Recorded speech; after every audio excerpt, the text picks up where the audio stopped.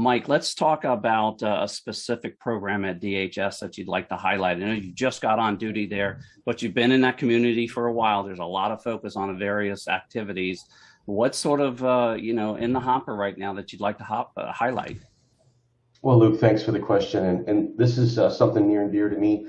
People talk about big data all the time. One of the things I'm fond of is little data, and where you can find some some real synergy between different subsets of little data, and you bring that data together, and you can make a data product that matters. So Alan talked a little bit about data literacy, and Nick talked about tools, and then Nicholas talked about sort of bringing all that together. And then lastly, Nicholas was talking about COVID. So with all those things in mind, here's what happened. We had this COVID situation, and our Chief Readiness Support Officer, Tom Shalecki, and his deputy, Trey Watkins, they said, hey, we have a real property question.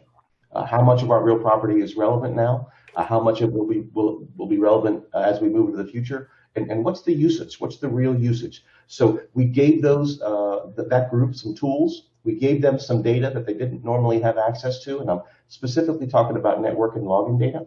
So they're meshing a small data set, little data, not big data, but they're using the tools, and they're taking physical security sensor data, meshing it with network activity data, and we have now a map of usage of all the buildings and real property in DHS. And they're using that data to make defined, specific decisions about leases, about square footage, about occupancy that we've never been able to do before. And to me, that's a real victory down at the program offices. Those guys are pioneers, and they and their team have put this entire concept to use for DHS and for federal government.